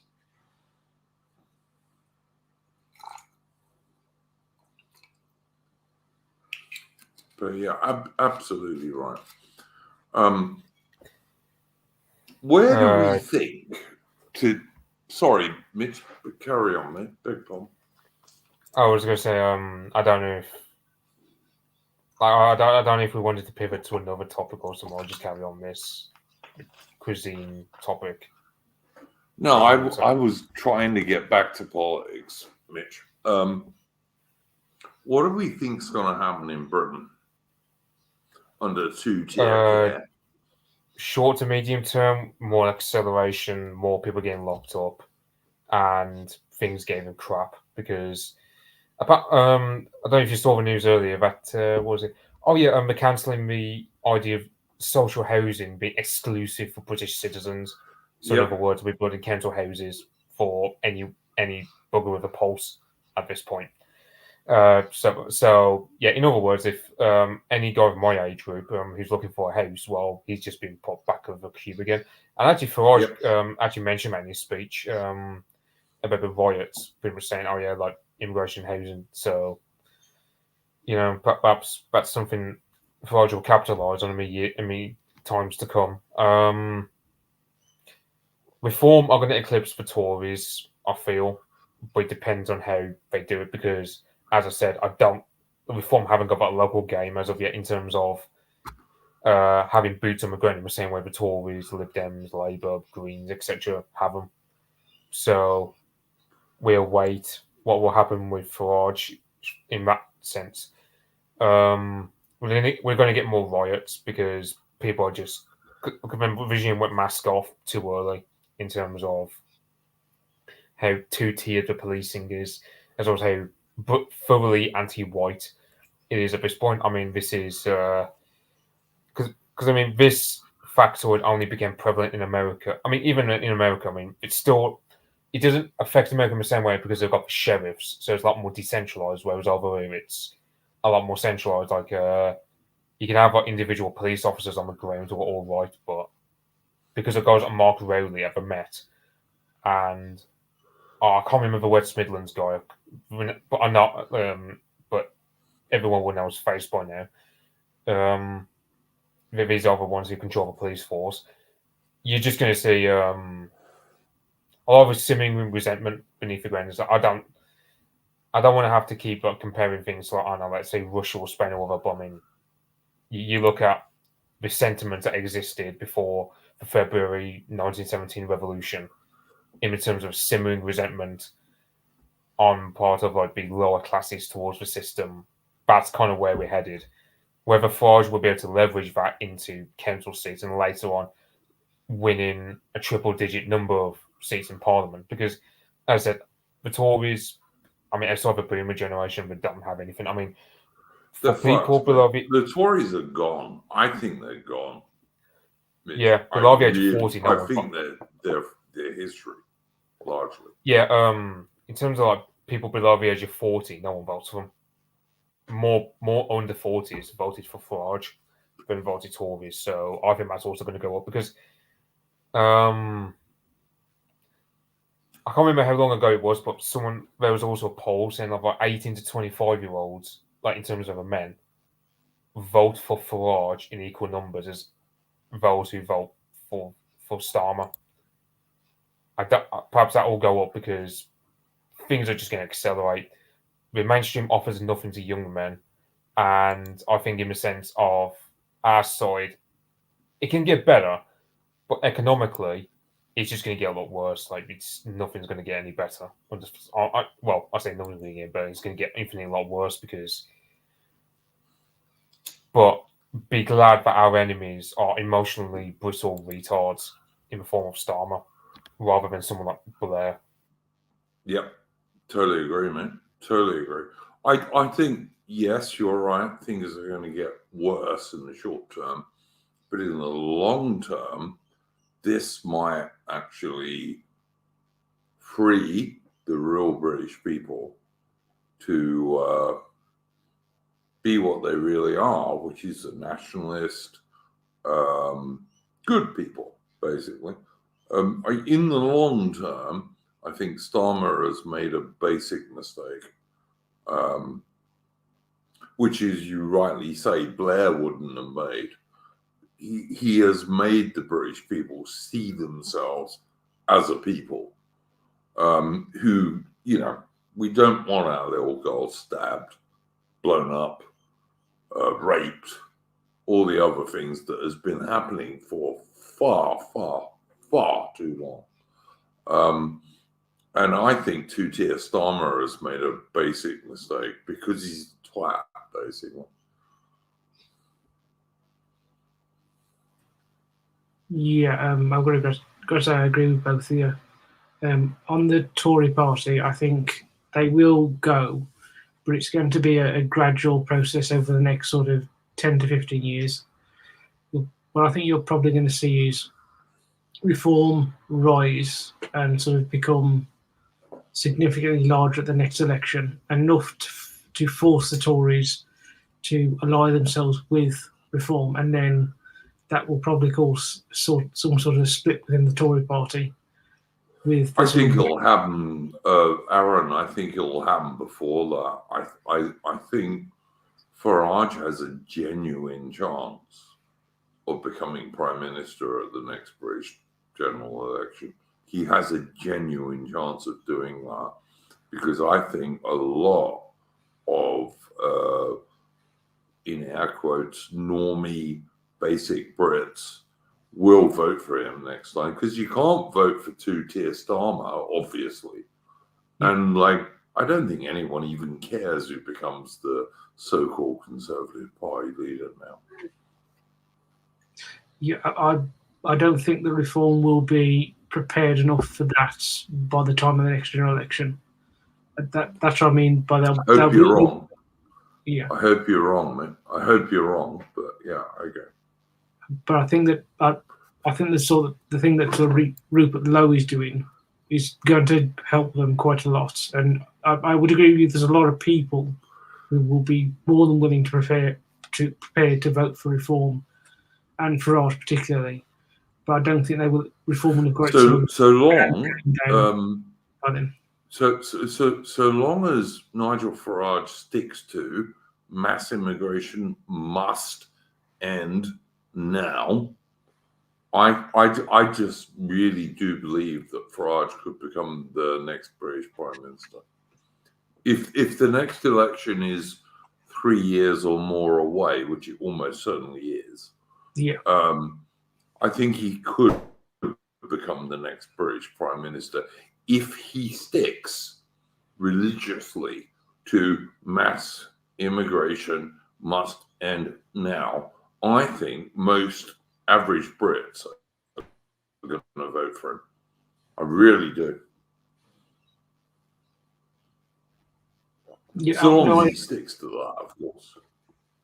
No, I definitely agree. People are willing and prepared to vote for him, but I do think that you've got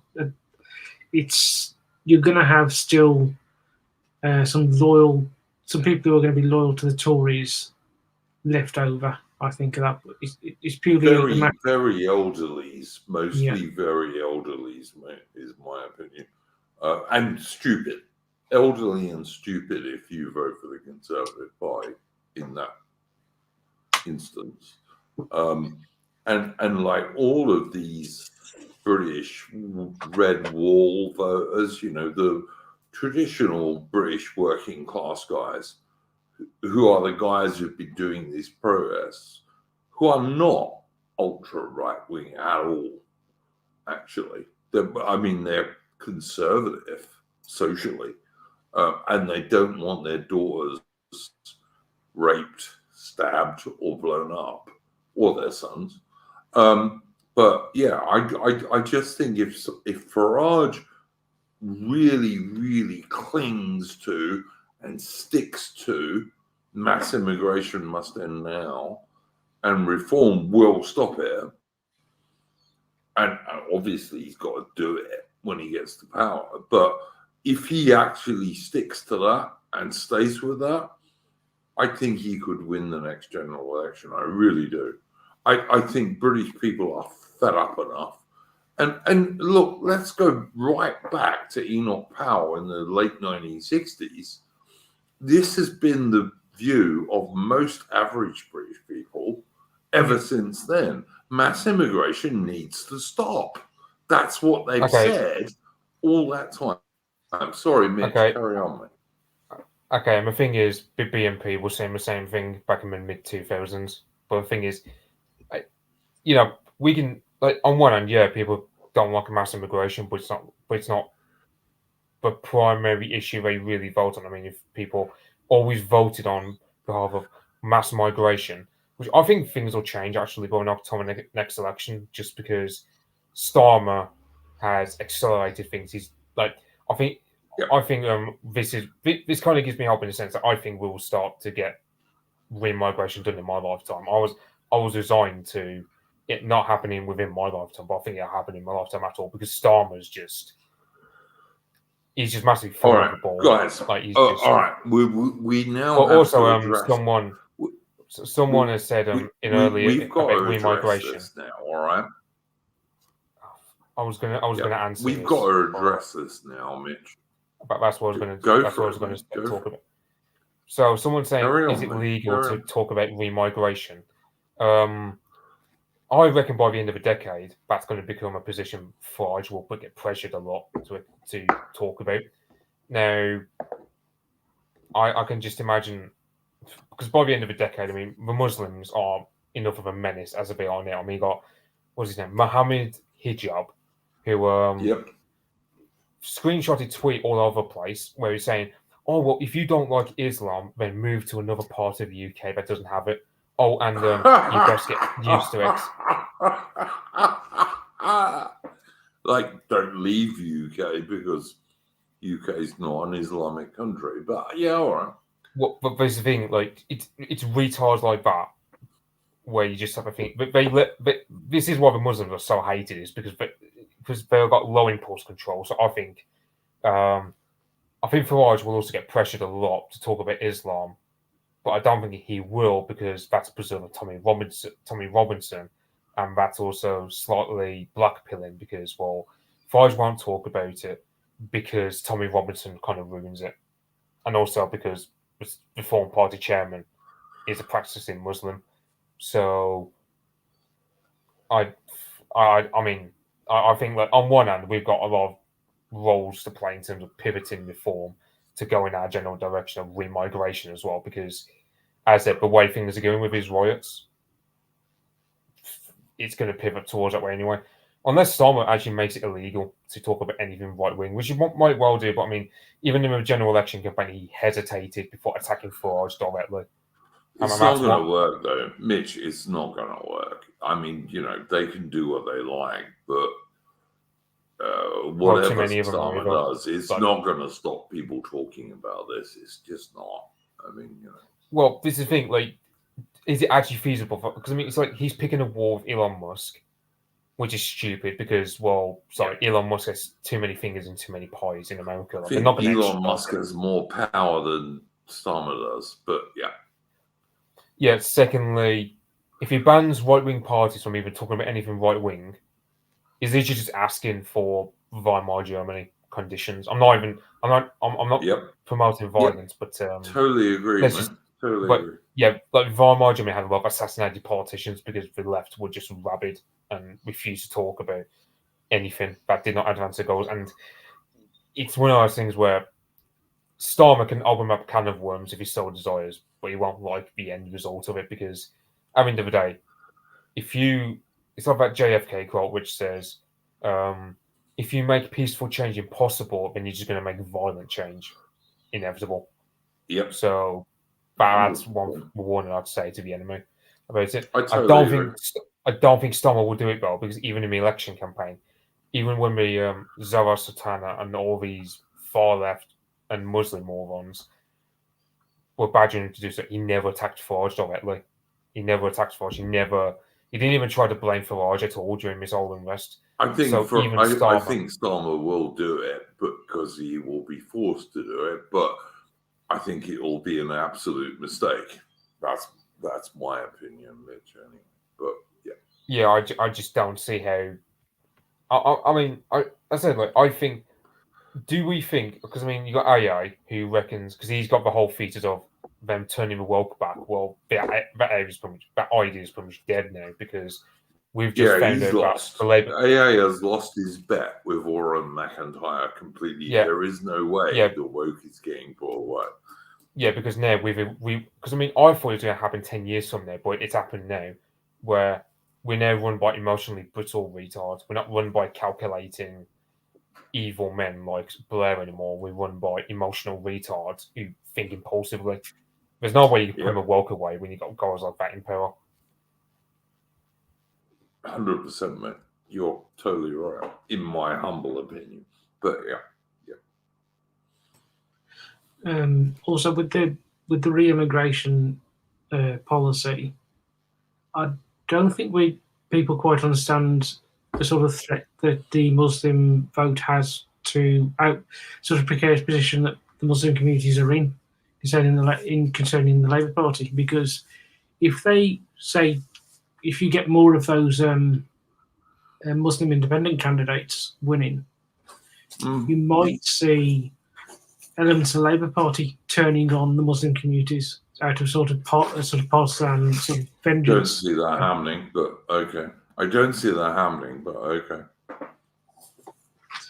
I'm thinking what I'm thinking is some of the more traditional Labour politicians in the north of England doing that. I don't mean Starmer, but more low level, trying to win back the working class vote. They won't be successful in doing it. You can't win back the working. This is my opinion. This is my opinion. If you want to win back the working class white vote, you cannot do it at the same time as trying to win the Muslim vote. They are antithetical. I don't know. They're antithetical to each other. I know. I entirely agree. I think they will try, but they will not succeed for that exact reason.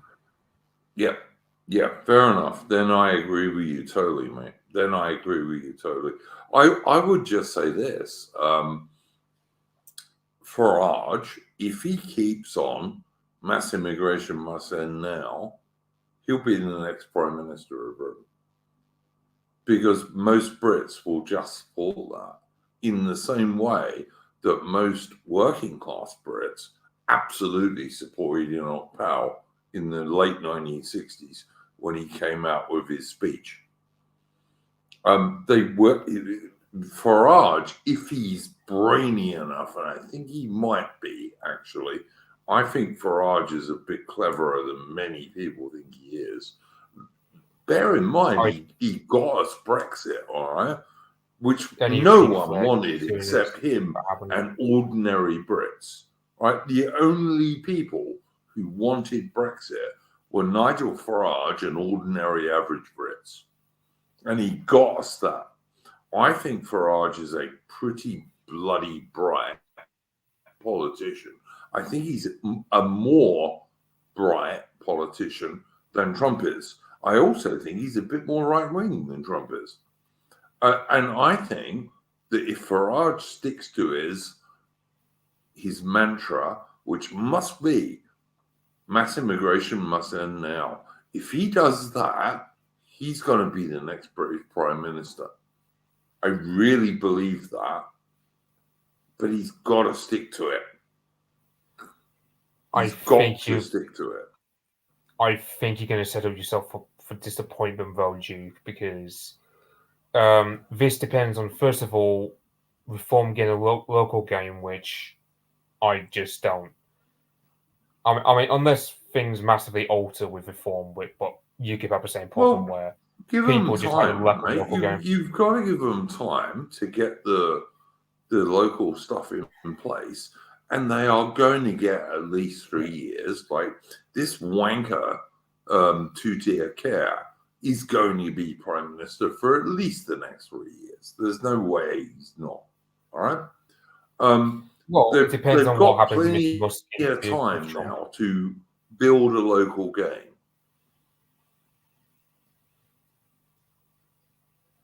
Like, it depends on what happens with that Musk interview with Trump, because if Trump says the phrase two-tier Kia, I don't see how Keir Starmer can stay in power when you've got Musk, Farage, and Trump calling him that. So I won't be surprised if Keir Starmer's gone by the end of the year if Trump were to say that in the interview, personally. Who would they replace him with, mate?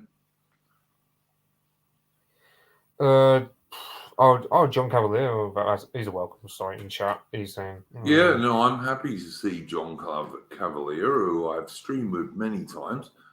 Good to see you in the chat, mate. Mitch, who do you think they would replace two-tier care with? oh God, there's no talent in the Labour Party, so I can't guess personally. That to me is why Farage can win. That to me is why Farage can win. Farage is so outstandingly the best British politician at the moment. He's head and shoulders. Actually, no, he's body, head and shoulders above anyone else. Mate, he might as well be like 4 standard deviations above the average Labour Party MP. That's Farage at this point. Because or conservative, or liberal. There is nobody else who can compare to Farage at the moment in Britain. Yeah, nobody. And it's like the thing is, I mean, you've got so for example, you have a Labour Party cabinet. Okay, you've got David Lammy. Well, that guy's a retard. He doesn't even know what kind of cheese he doesn't even know the difference between what was the question about the cheese? He said like what red cheese was it, or was it blue cheese? I can't remember, but he said like one of those retarded answers you could ever think of. I mean, Godfrey Bloom even took the mick out of him for that one. Because of course, what Godfrey Bloom likes cheeses like cheddar and so on. Then there's Angela Rayner, who got a double-digit IQ, and she's expected to be sacked within a year, apparently. Yeah. Because unlike his song, she's got personality. Not a very good personality, because as I said, she's a retard. But compared to Starmer, yeah, she is a retard and not very pretty as a girl either. But yeah. Well, she's like 40 now, and she's hitting up. But do you remember what AI said about her? Because he said could try to suggest that she was based, because she said one time because she became a grandmother at the age of like 37 or 38. Because she said in response to, "Oh, my tribe is growing," and AI tried to say that she was based for saying that. Yeah, AI says lots of stupid things, Mitch, as you and I both know. But yeah. But that's the thing. So with the Democrat Party in America can get away with having no talent like the Labour Party, because demographics will carry them to victory, whereas over here, our system isn't like France, where you have to have 2-round voting in terms of constituencies, like what happened in France this year. You can have like Farage, let's say 30% of vote. Let's say he doubles his vote share from 4 million votes to, let's say, 9 million votes, for argument's sake. Well, which was what Labour got to win their huge majority.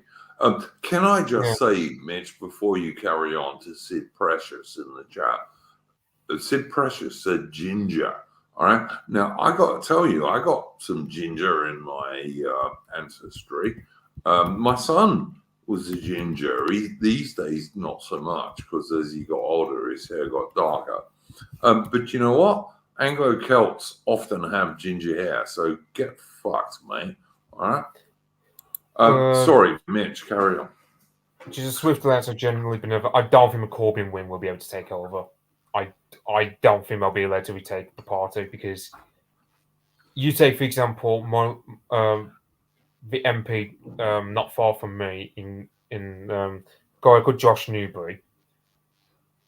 Yeah, but that guy is just he's like it's guys like him who got the Labour Party whip, like in terms of on the Labour Party payroll in terms of MPs. No ideology, they're just homosexuals who are Blairites, basically. They're not very ideological, other than just on the Labour Party payroll. But they're not.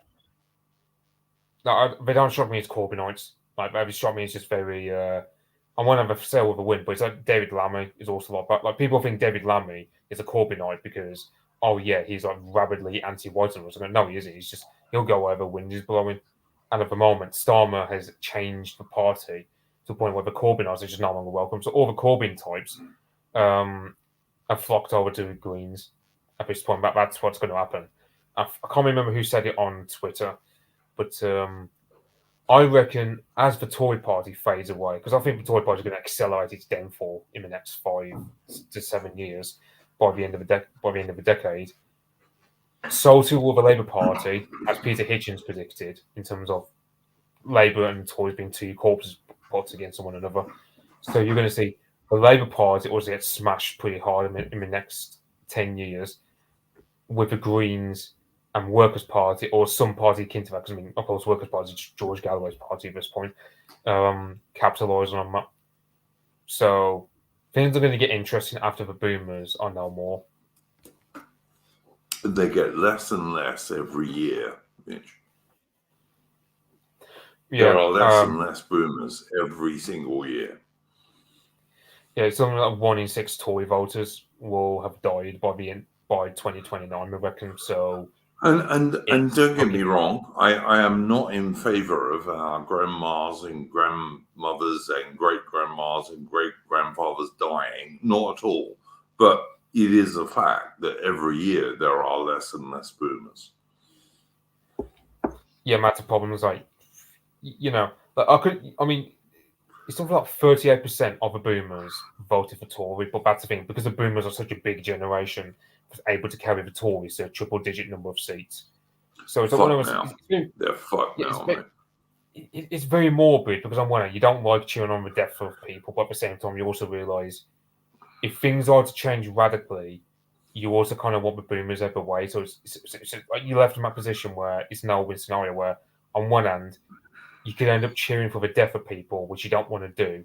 But at the same time, you realise without those people going, nothing's going to change because the boomers are the ones holding. Mitch, I don't understand some things about the online right. Okay, I don't totally understand the boomer thing. I do partly, but I don't totally, because there are good boomers, all right? There are boomers. Like most of them hold up a centre ground. Yeah, there are boomers who still remember that, you know, Britain used to be a nationalist country, for example. And American boomers and Australian boomers, Canadian boomers. There are guys of that generation, and girls, more often girls actually, because women live longer, who do remember that, you know, our countries used to be totally nationalist, basically. Yeah, I'll tell you a personal story about some of the boomers. So there's like a road not far from one of the very fancy houses, the kind of houses which I'll never have in my lifetime, I don't think, unless things massively change. Well, you might, mate. You never know. Things might change. Well, it depends. I mean, I mean, you know, who are the main ones buying up houses? It's not millennials, for example, buying up houses. It's the banks, like Lloyds TSB, are massively buying up houses. For sure. So you've got the boomer generation. They're the ones holding up the centre. I mean, this is the same actually in France as well. The boomers are the main ones voting for Macron. The boomers voting, the boomers are the main ones voting for left-wing parties or centrist parties because they just hate anything quote-unquote far right. You get some boomers who go against the grain on that, but the fact remains. The person I was going to say was, I knew a boomer guy during the general election who, because I tried to get him to vote for reform, and I'm just thinking, I was trying to get him to do stuff like get scrap mass immigration and all this, and as well as cut taxes, and it's like, and this guy, and also because the thing was, reform weren't talking about pensions, and he just asked, well, what's reform going to do about pension? Like, what's reform going to do with this, that, and the other? Because this boomer guy, he's like, I don't know what the right word would be, like a venture capitalist or something like that. He's basically of that ilk where he only cares about his money. He only cares about the value of his house. He knows full well that if Farage gets his way, he's cutting mass immigration and doing tax cuts for my generation, blah, blah, blah, his house value would decrease in value because there's no longer that like demand. Well, Farage is rich enough he won't care. Farage is rich enough he won't care, but all right. Says he cares nothing but money, but only care about their own financial gain. And this, by the way, is a guy with 3 kids. he's got 3 children who are Gen Xers, or I think like he's actually got a fourth apparently who's like millennial, and he's just saying he's not going to give any money to his children as well. So there's like an entire street of boomers not far from me who are just like that, but they just spaff away their inheritance money. They don't give a fig about their children or grandchildren. Mitch, can I ask you something, mate? Please, I want to ask you this because I've always wanted to ask people this of younger generation guys. It's like, I'm an old bastard, all right?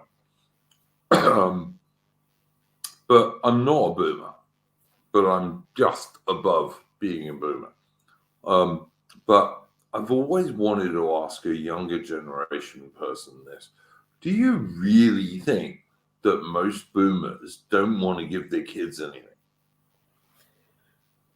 Going off of voting patterns, 38% of boomers voted for Tories, so I'm out to biggest group of boomers who voted in this generation were the ones who voted.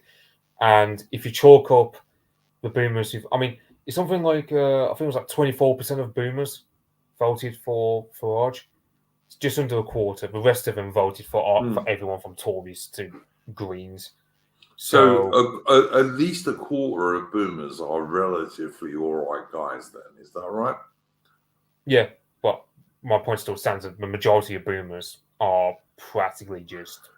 This is interesting, you see. To me, this is interesting because I don't know. Like, I'm a dad, all right? I am. I haven't got a lot to give my son, but what I've got is going to go to my son when I die. Yeah. Anything I've got left is going to go to my son. And I'm not trying to get rid of it. And I don't have much, to be fair. I don't. I was a soldier, which is always one of the most stupid careers you can get into.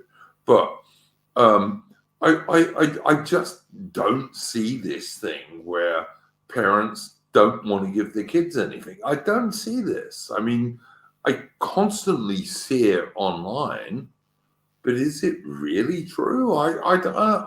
I've met boomers who are like that. Yeah, sure. There are some.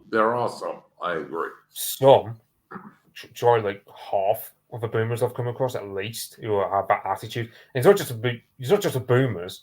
Like they're the first generation started, but a lot of the millennials and a lot of my generation are just like the same. They're just like, oh, what? Because to be fair, it's lamentably my generation because we're not going to own anything because the scum elites have made sure that my generation get bugger all on the pie chart of owning assets. But the boomers own like 50% of the material assets. That most parents can be like that, Mitch. I don't, because, like, you know, anything I have left when I die goes to my son, basically. I mean, and good. That's what I want, you know.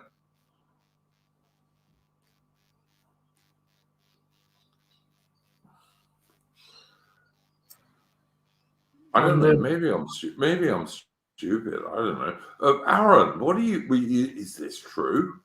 I mean, don't get me wrong. I'm sure Mitch is telling the truth, but it just is surprising to me because what parent doesn't want their kids to get the benefit of what they work for? I don't understand this. Yeah, I have actually met boomers who are like, as Mitch described them, but I've also met boomers, and for example, my stepdad and his brothers are all boomers, and they're the complete opposite. And I think it comes down to class and sort of region as much as everything else, depending on which way they go. Fair enough. I don't know. Like, to me, it's insane that you really do not want your children to benefit from your hard work. I mean, why did you do your hard work if you don't want your kids to benefit from it? It's insane to me. Well, I mean, I got talking to a millennial guy, and I got talking to him not too long ago, and she said, "Well, everyone, when you're an adult, you should make your own way in the world." And I'm sitting there thinking, I'm saying, "Oh yeah, your parents can help you, but you shouldn't expect anything upon their death." So, if, like, for example, this millennial guy, he's I mean, he's kind of like he's not as far right wing as us. He's kind of like more Tom Harwood kind of conservative. Yeah. So he's like full on like, oh well, everyone should make their own way. But I was like, well, it's easy for him because this guy is like higher. He's not like work. He's kind of like middle ground between like working class and middle class. Like he's got quite a bit of capital. He's got like a decent mortgage, and he's doing a lot better than probably most of my class will ever do. So it's easy for him to say that, but it's like the fact remains there are plenty of people in our society like who are like that. My grandparents were the greatest generation. Like they were born of the same generation as like the late Queen and Prince Philip, and they bestowed on me like a decent inheritance. But the boomers and millennials, they just seem like the worst generations in terms of just they don't give a fig about anything. In terms of what would be the right word, like civilizational continuance. I can't think of best way to explain it, but It's just Mitch. It's just so puzzling to me because the difference between England and Britain and the Anglo-Celts and everybody else, right? The reason why Britain never had revolutions was you could be a working class guy in Britain and be successful because you were very clever and very lucky, right? One way or another. And your children could go from working class to middle class, from middle class to upper class. That was the whole point of England and Britain and all the Anglo nations. That was the difference between us and say the French, where in France you could not advance unless the king advanced you. Yeah, but in Britain, if you were lucky, right, lucky and brave and successful and very clever and all that combination of shit, you could absolutely advance your kids. Yeah. So you could go from working class to middle class to upper class even. You could. People did it. They did it all the time. Not commonly, but it was possible. And that's why Britain never had a revolution. yeah, this And is I where just don't understand these boomers who think, no, I'm not supposed to help my kids. That's insane to me. yeah, that social mobility is just quite bad dead. Unless something massively changes, which I don't think it's going to change actually, because but you know about Dan from Proeconomics. Mm-hmm. Yeah, he's got the best way to explain it, but essentially, so normally there's a pendulum swing where something like the baby boomers would often bestow an inheritance to their children, and we carry on this perspective. Perhaps we have a population shrinking because there's only so many people we can have on this island, but because of mass immigration, everything's tilted now. Like there's no social mobility, there's no functioning services. Like it's just everything's arse over tit. And the thing is, the economic system we have, as it's constructed now, is just a wealth transfer of the young to the old, especially during COVID, where, and of course, this is a Tories. I don't think will happen so much as under Labour, because of course the Boomers don't vote Labour. But under the Tories, it just was stuff like COVID was just essentially a wealth transfer from Zoomers and millennials in favour of the Boomers. An enormous wealth transfer, but yeah, it was. Yeah, it's like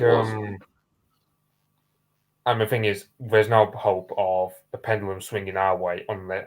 And I think Dan, Toby, I can't remember. Like he didn't explicitly say it, but I think he pretty much said there's like a pyre being built of a revolution because the economic system as we have it is usually just fanning the flames of revolution because there's no way. Because after the boomers die, nothing's going to change really in the sense that the scum elites will still find a way to screw us over. Like they'll still tax us as much, if not more. We might win by then, right? We might win by then, Rich. We might. You never know. I don't know. I mean, Farage doesn't go far enough. I mean, to be fair, Farage is a boomer and like born in 1964, so there's only so far he can go. But the fact remains, he's barely boomer, but all right. I mean, well, when they say 1964, boomer, that's they like mean that's tail end of a boomer generation. Same with yeah. Starmer. I was just gonna say when they say boomer, all right, they mean World War II boomer, baby boom generation. Farage was born 19 years after World War II, so I'm not sure World War II had much effect on him being born, but Yeah, this is the thing. What about like the economic model we have? I got talking to a Serbian friend on Twitter who said pretty much the same as I.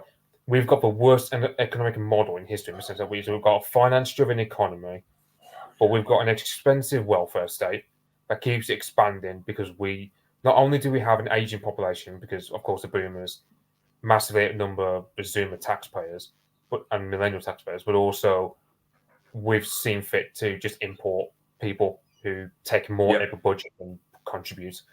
So totally agree. I just don't, economically, I mean, things are definitely not going to improve. I mean, and after the boomers, I'm thinking about banning Sid Precious, who he's saying Farage is he's annoying clown, but because he ain't a clown, he's many things, but a clown is not one of them. All right, he's not. You're an idiot, mate, if that's what you think. Yeah, and but this is where, I don't know. I just think the absolute Anglo system. No, you're wrong, Sid Precious. I'm sorry, but the absolute Anglo system is that you, as a working class dude, if you're lucky, you gotta be lucky. But if you're also like really clever, really hardworking, you can move your kids up in the system. And the next generation can move their kids up in the system. This is why the old Anglo-Celtic system in Britain and even in like early America worked, because you could do that. You couldn't in France. You couldn't in Germany. You could never become a von in Germany. Almost impossible. Same in France, but in Britain, yeah, you could. You like brave soldiers who like captured French eagles in the Napoleonic Wars were made officers, and their sons were also officers. You could do it. It was possible, and the whole boomer thing is totally anti that. I'm not banning you, Sid Precious. I hardly ever ban anyone. But yeah, the whole boomer thing of not passing on your wealth to your kids is totally opposite to all of the old Anglo-Celtic way of doing things, where if you were a good enough, lucky enough, and brave enough guy, you could advance. Even in the 100 Years' War, like under Henry V, when the English longbowmen were facing the French, even then, we know of at least 2 longbowmen who were knighted by Henry V. It used to happen. It always did. Very rare, but it happened.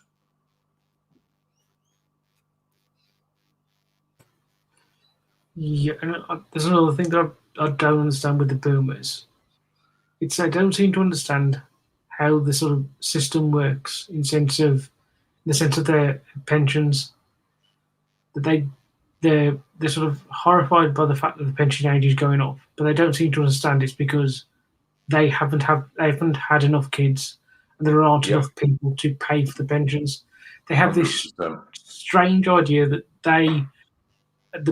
them working is sort of, they seem to imagine they've got this pot somewhere down in Westminster, all the money they've earned for their pensions, and now they have access to it, as opposed to the reality is, of course, during their working life, they were obviously paying for other people's pensions, and people that are in Mitch's age are the people who are now working to pay for their pensions.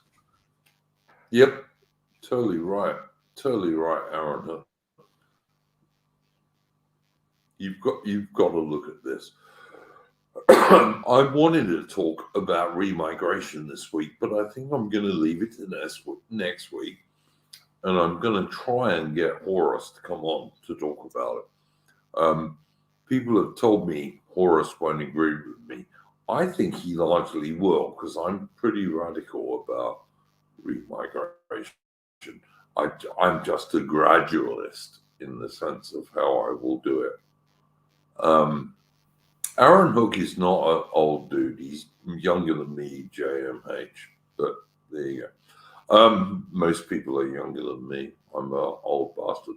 But yeah, I like I say, to me, the whole boomer not passing on stuff is totally anti-Anglo-Celtic. And the reason why the British Empire was the biggest empire in the world was that Anglo-Celtic people could rise. It was perfectly possible in the 18th and certainly in the 19th century for a working class family to rise first into the middle class and then into the upper class. It was possible. You had to be very lucky. You had to be very bright. You had to be sometimes brave if you were in the military. But yeah, you could do it. You couldn't in France. You couldn't in Germany. You couldn't do it. Certainly in any of those third world cultures like India, for example, where they have the caste system. You couldn't do it.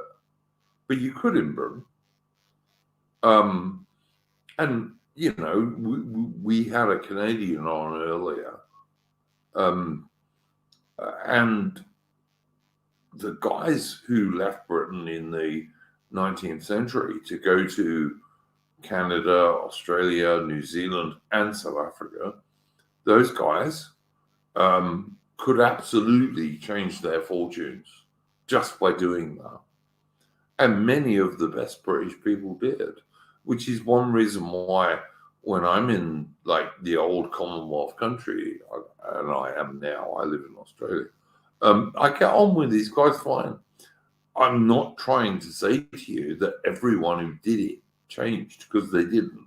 Like where I live, in the suburb I live in, there are loads of working class people in Australia who are very, very similar to any other working class people you would find in Britain.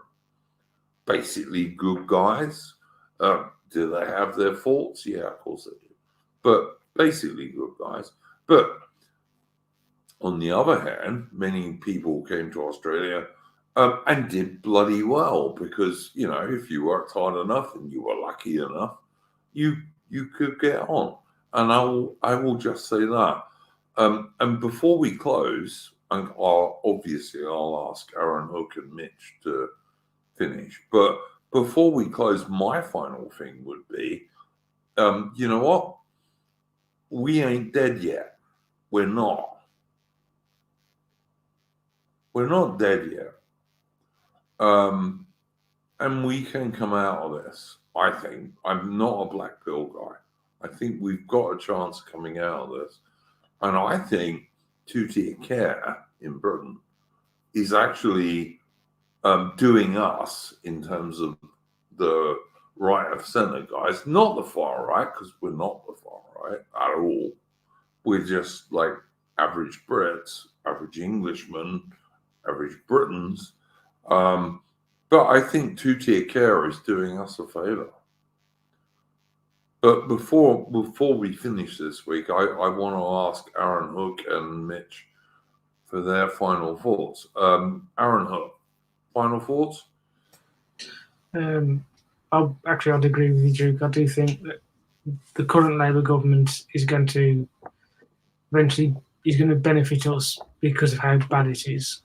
I think in some ways this is sort of necessary to finally sort of push things to a breaking point and get us over the sort of final hurdle to start turning the ship around and getting the country back to where it should be.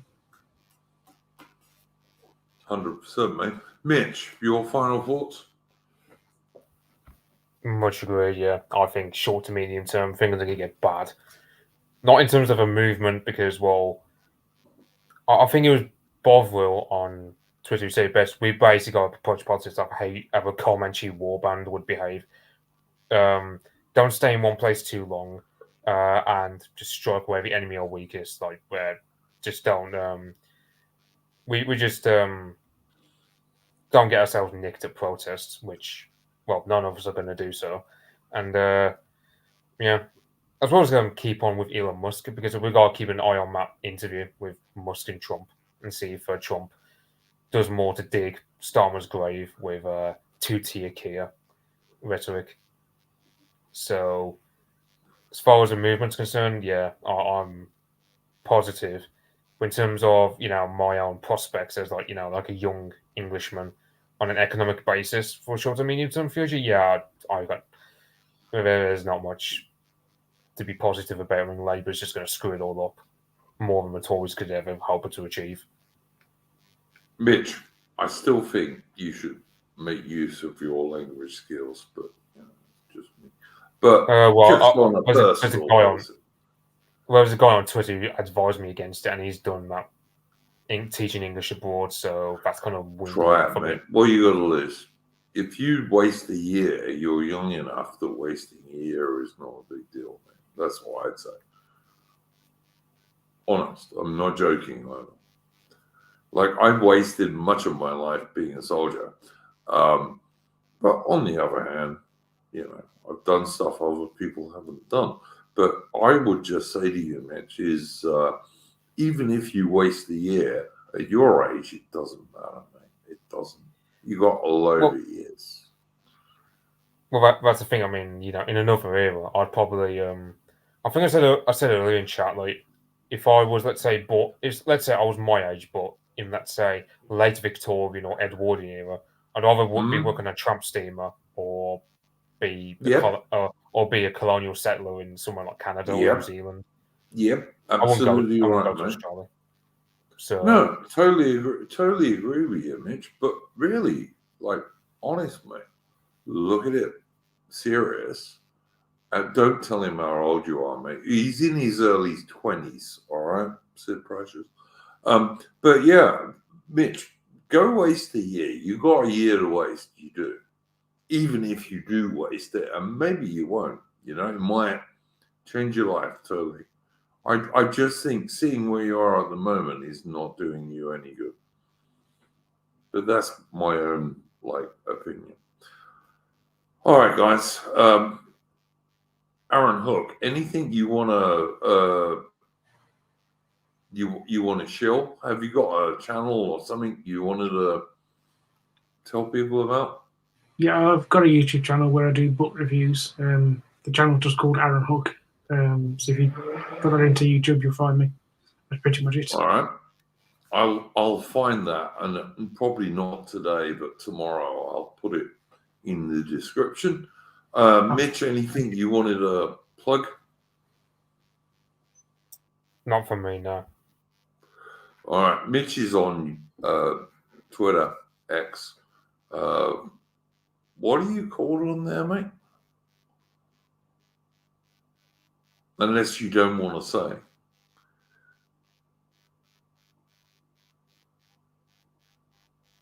Maybe he doesn't want to say. Fair enough. And also, Liquid Swan's got an excellent YouTube channel he was on earlier. Anglo Gropnik, Mitch is telling us. That check him out on Twitter. And Liquid Swan, who was on earlier, has got an excellent channel on YouTube where he interviews some quite interesting people. So, yeah, go check him out. Not, as I say, it won't be today, but tomorrow or later on today, I'll put all those links in the chat. Okay. Guys, do like the channel, do like the stream, do subscribe. I will just quickly check that we do not have any super chats on Entropy. Doesn't look like it. No, we don't. So there we go. Thanks for all your support, guys. I'm joking, by the way. But yeah. So I did check that. Go well, guys. We'll see you next week. I want to get Horace on next week if I can. The thing is, it's a Saturday night, and Horace is a relatively young bloke and tends to be like out with friends on Saturday night. But I hope I can get him on next week. And we'll see. Go well, folks, and never let the bastards grind you down.